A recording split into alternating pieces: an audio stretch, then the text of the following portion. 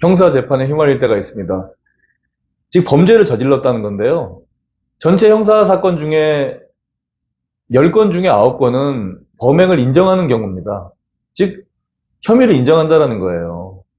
내가 누군가를 다치게 했다라든가 누군가에게 재산상의 손해를 입혔다라든가 그런 경우들이겠죠. 뭐 상해라든가 사기, 횡령, 배임, 뭐 그 밖에 또 여러 가지 성배라든가 여러 가지 범죄들이 있을 수 있을 거예요.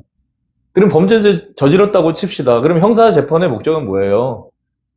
그 피해를 회복시키는 게 형사 재판의 목적은 아니죠. 형사 재판의 목적은 범죄를 저지른 사람들을 처벌하는 게 목적입니다. 처벌.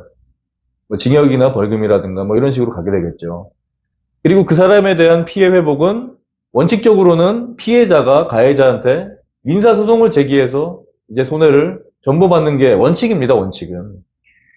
그런데 그렇게 되면은 너무 번거롭잖아요. 피해를 본 사람들이 일일이 소송을 제기해야 되고. 그래서 사실상으로 이제 그 양형 조건이라고 형사재판에서 판사들이 처벌 수위를 정할 때 가해자가 피해자에 대해서 피해 회복을 위해 노력했는가, 적절한 보상을 취했는가가 상당히 중요한 양형 조건입니다. 그런 어떤 보상이 들어간다 그러면 처벌 수위가 완전히 낮아지게 되겠죠. 그래서 이제 형사재판에서도 민사재판까지 안 가더라도 적절한 보상을 받을 수 있는 길이 있는 겁니다. 그러기 위해서, 즉, 적게 처벌받기 위해서 해야 될 세 가지가 있습니다.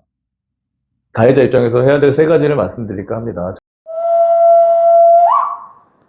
첫 번째로는 제일 확실한 거예요. 피해자와 합의를 하는 겁니다. 합의. 예. 뭐 어떻게 합의를 합니까? 피해자가 원하는 만큼의 돈을 주고 합의가 되겠죠, 보통. 그러면 민형사상 더 이상 책임을 묻지 않는다라는 취지의 합의서가 작성이 되게 되고, 그 합의의 취지를 최대한 반영을 합니다.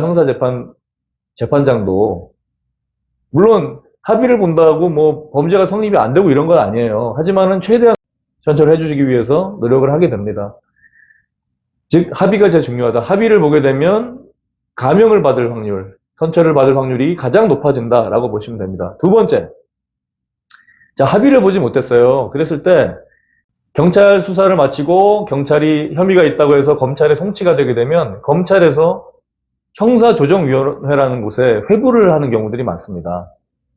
가해자, 피의자, 즉 피의자와 피해자 간의 어떤 협의를 통해서 원만하게 마무리할 수 있다 그러면 마무리해라. 즉 형사재판에 있는 일종의 민사재판과 유사한 절차가 있는 거예요. 합의를 중재해주고 조정해줄 수 있는 제도가 있는 겁니다.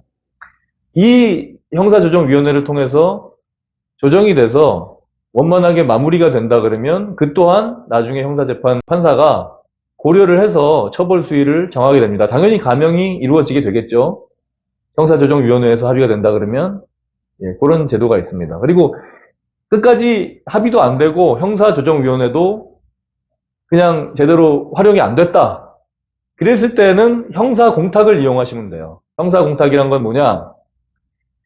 이제 검찰에서 공소를 제기하게 되면 법원 단계로 넘어가게 되는데 법원 단계에서 합의가 되진 않았지만 일정 금액을 법원에 공탁함으로써 나중에 그 피해자로 하여금 찾아갈 수 있게 하는 거예요. 공탁금을. 공탁금 출급 청구권을 갖게 하는 겁니다. 그러니까 합의만큼의 효력은 없지만 그래도 피해 회복을 위해서 피고인이 노력했다라는 정황으로서 판단이 될 수가 있는 겁니다. 즉 다시 한번 정리해드리면 감형을 받기 위해서는 합의를 본다라든가 첫째, 두 번째로는 형사조정위원회를 통해서 조정을 한다라든가 세 번째로는 형사공탁을 통해서 피해 회복을 위해 노력한다라든가 이 세 가지를 거쳐야지 본인이 감형을 받을 수 있다는 점을 인지해 주시고 그렇게 형사 절차를 진행하시면 될 것 같습니다. 이 영상을 보시는 모든 분들 행운이 가득하시고 행복하시길 기원하겠습니다. 다음 시간에 좋은 정보로 인사드리겠습니다. 감사합니다.